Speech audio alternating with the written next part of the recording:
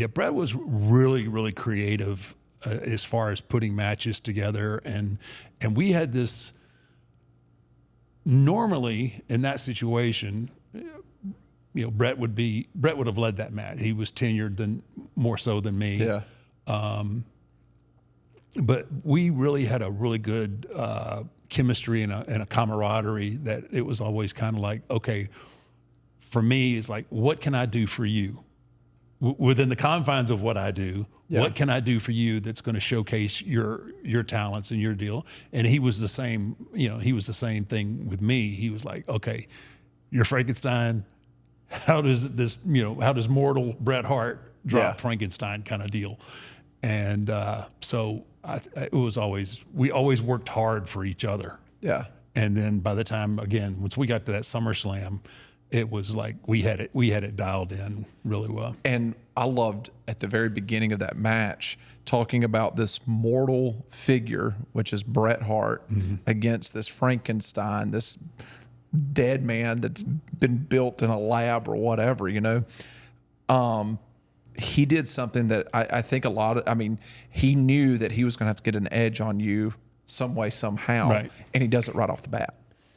It is, the bell hasn't even rang, and Shawn Michaels is showing him, the belt, and Bret's telling him, I just want to touch it. Right. And he grabs the belt and then runs over and hits you with the belt. And I thought that was so smart of him. Bell hasn't rang. Let me get this edge on him.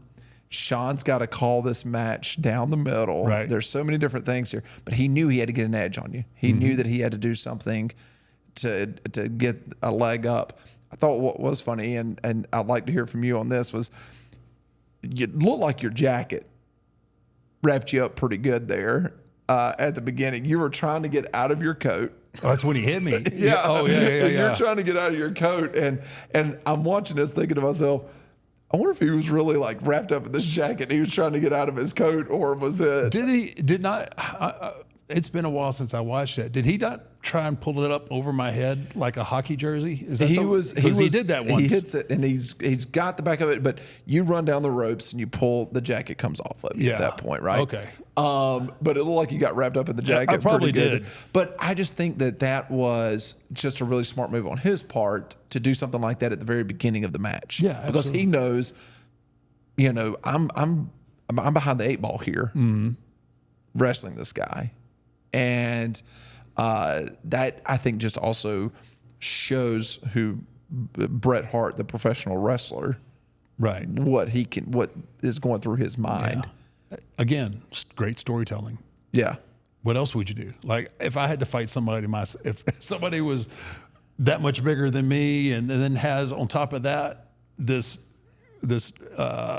character that you can't hurt, I'd crack them too. Yeah. It Even just being made the sense. technical, perfect wrestler that he was, he knows I've got to do something that is, might be a little dirty to be able to win this match. I think he was a heel at that point. That's one of the, I think it's that same point where he was a heel in the, I think he was a heel in the States and then babyface everywhere else. Because he came out, he's carrying the Canadian flag, and everybody's booing him and everything else too.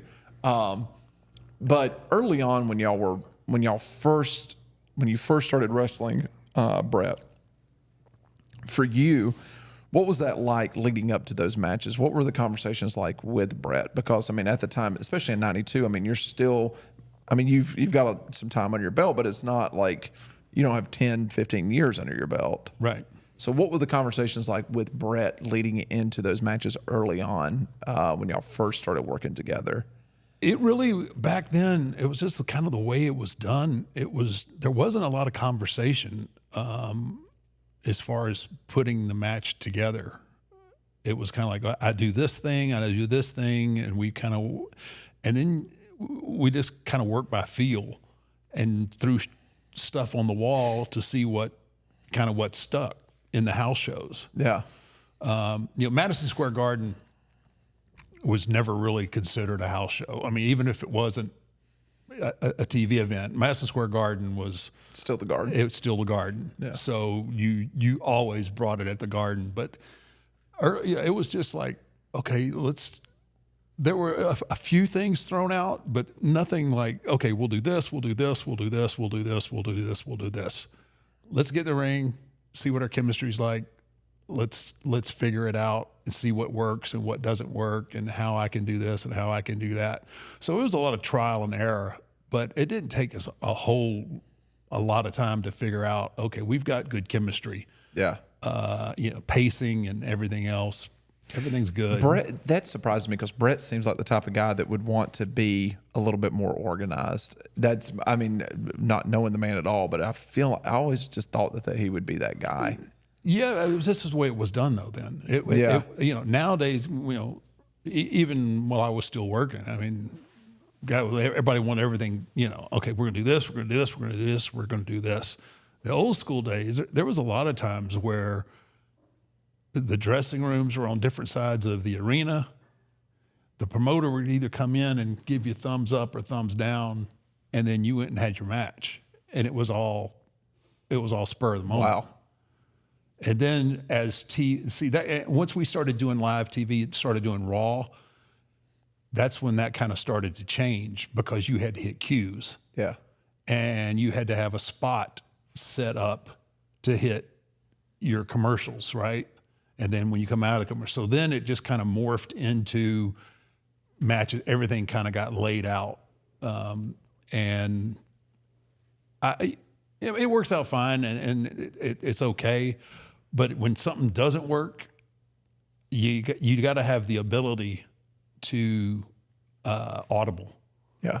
And there's a lot of times where if you don't know how to work like that, like if you don't know how to work off the cuff, and the things that you're doing, and you're hearing nothing but crickets, and you don't know how to audible, like a lot of times the guys can't get off. They can't get off the. We got to do this. We got to do this. We said we were going to do this. We're going to do this. Yeah. And if you're not able to go, okay, this is not what we planned. This is not working. Let's try this. And sometimes that means, there's nothing at all you're going to be able to do that's going to be able to get them. And you have to be like, oh, let's just go. Hit me with something, hit me with your best move, boom, and we're going to go home. Because that's what's needed. That's what they want. And that's what it was back then, it was out there and you work by feel. And that's what I love best. And that's why that's what I loved about house shows, especially. Because I would go and I would work, at the end, when I was still working full time at the end,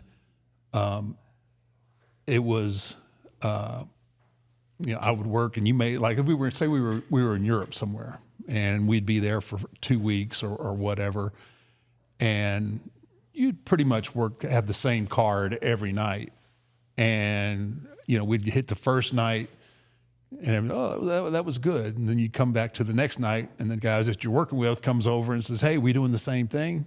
I'm like, "Nah, let's do something different." Yeah. And sometimes guys get like, oh, come on, come on. We got it. Well, let's just mail it in tonight. Well, no, it's not mailing it in. But it's like we already know that this works. We know this works. Let's do it. But I said that you don't grow that way. Yeah. You don't get better at your craft that way. Different. Let's do something different. Make yourself think. And especially for some of the younger guys that were getting put into the mix, that's vital to do that for those guys. Just to give them that experience of having to think on the fly and do different things. I don't think they didn't appreciate it then. I think later on, probably in their careers, they probably did and understood why I would change finishes and why I would change the match. And it was just like, this is how you learn your craft, and this is how you get better.